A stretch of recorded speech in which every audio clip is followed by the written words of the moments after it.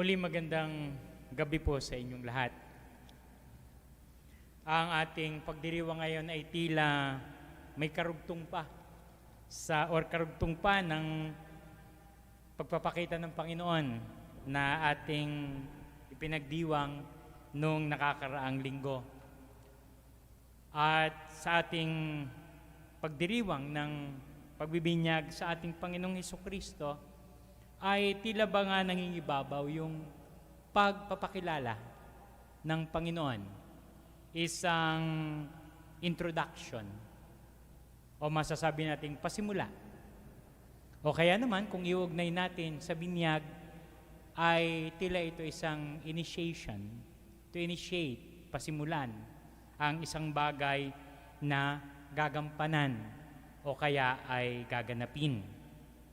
At sa pagbibinyag sa ating Panginoon, ay dito natin nakita na naandito nga yung pagpapakilala, subalit ang pagpapakilalang ito'y puno ng pagpapakumbaba. Ang aking term nga dito ay inilublob. Inilublob niya ang kanyang sarili kung nasaan tayo. Sa kanyang pagbaba, sa kanyang paglubog, sa kanyang paglublob sa tubig ay naging kaisa niya tayo.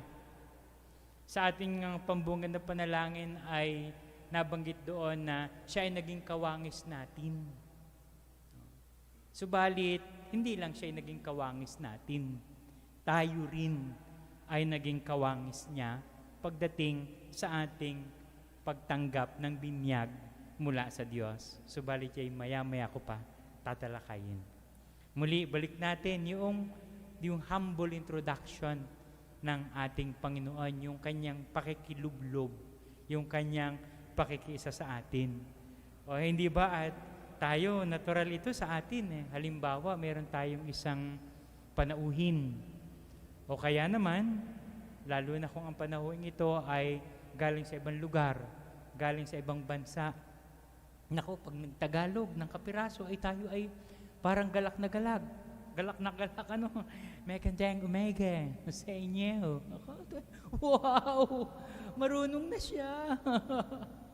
O kaya naman yung kahit na, masarap itong inyong adobo. Di ba? Kasi feeling natin ay unti-unti siya na nakikiisa, nakikibagay, nakikitulad sa atin. At minsan nga iniisip ko ay isa rin yata ito doon sa mga missionary methods na ginagawa ng mga pumupunta sa ibang lugar upang magpahayag ng salita ng Diyos. The one with the people, kultura, kakain ng mga pagkain kahit na sa simula ay tila kakaiba ang lasa, mag-aaral ng lengguwahe, papag-aralan ang kinasanayan at sinasabi na, see? Ako'y kaisa ninyo. Eventually, ako ay katulad ninyo.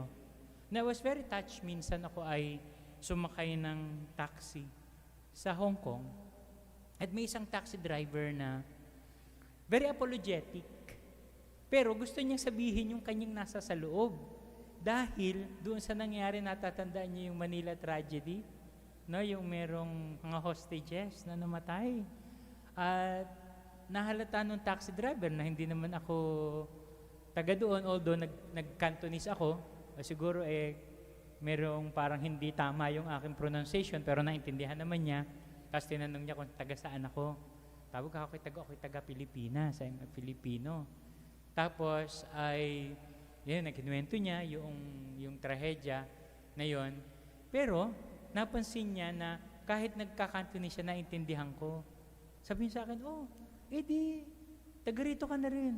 Sabi, ano ba ang hawak mong ID? Sabi ko, yung permanent resident ID. Taga dito ka na rin kasi marunong ka na ng language, etc., etc. But of course, there's more than that.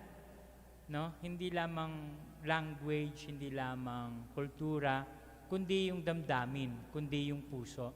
At siguro, hindi ko pa napapagnilayan kung talagang naisagad ko ba yon nung ako'y nasa misyon.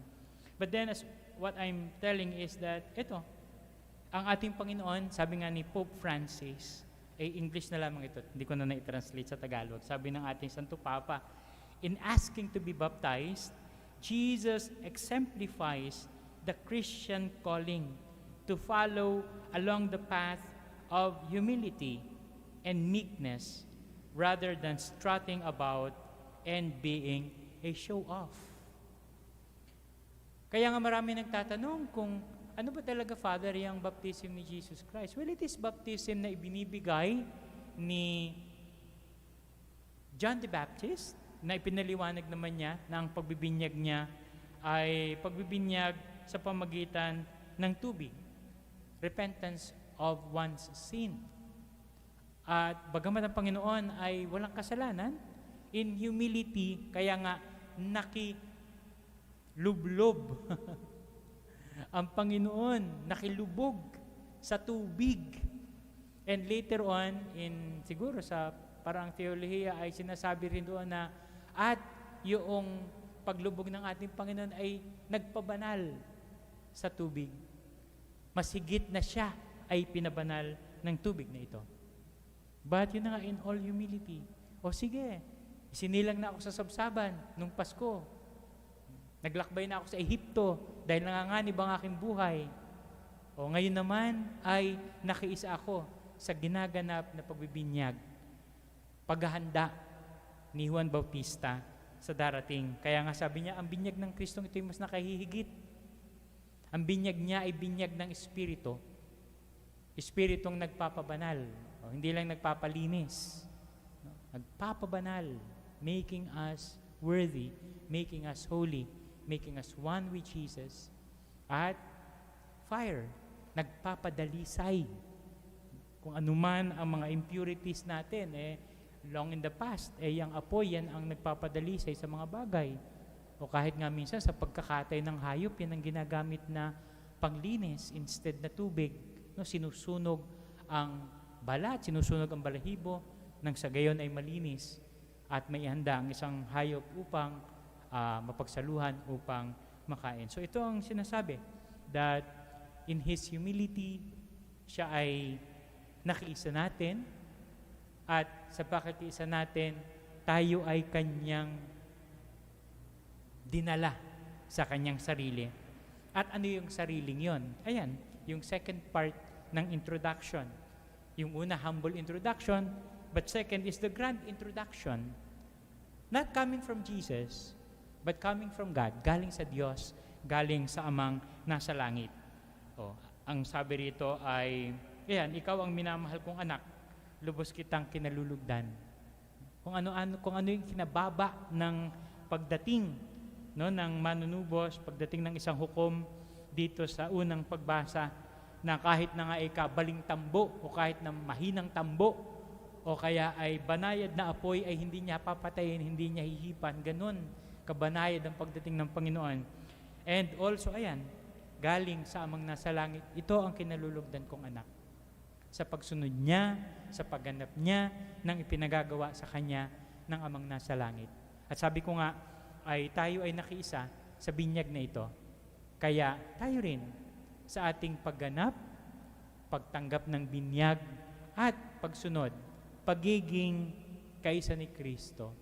Nawa ang Diyos ay makita rin tayo nakalugod-lugod at gumaganap sa nais niyang mangyari sa buhay natin. So ito ang pagpapakilala ng Panginoon sa pamagitan ng kanyang binyag. Isang mapagkumbabang lingkod, isang mapagkumbabang Diyos na umakap sa ating pagkatao, na siyang nakiisa sa atin, na siyang nakilublob, lumubog sa tubig upang siya ay mabautismuhan ng isang nagsasabing ni ang kanyang pangyapak ay hindi ko kayang kalasin sa pagkatao ni Juan Bautista. At siya rin ang magbibinyag sa atin ng Espiritu na magpapabanal at apoy na magpapadalisay. At siya rin ang kinalulugdan ng Ama na siyang umaakay sa atin nang tayo rin ay maging kalugod-lugod sa mata ng Diyos. Amen.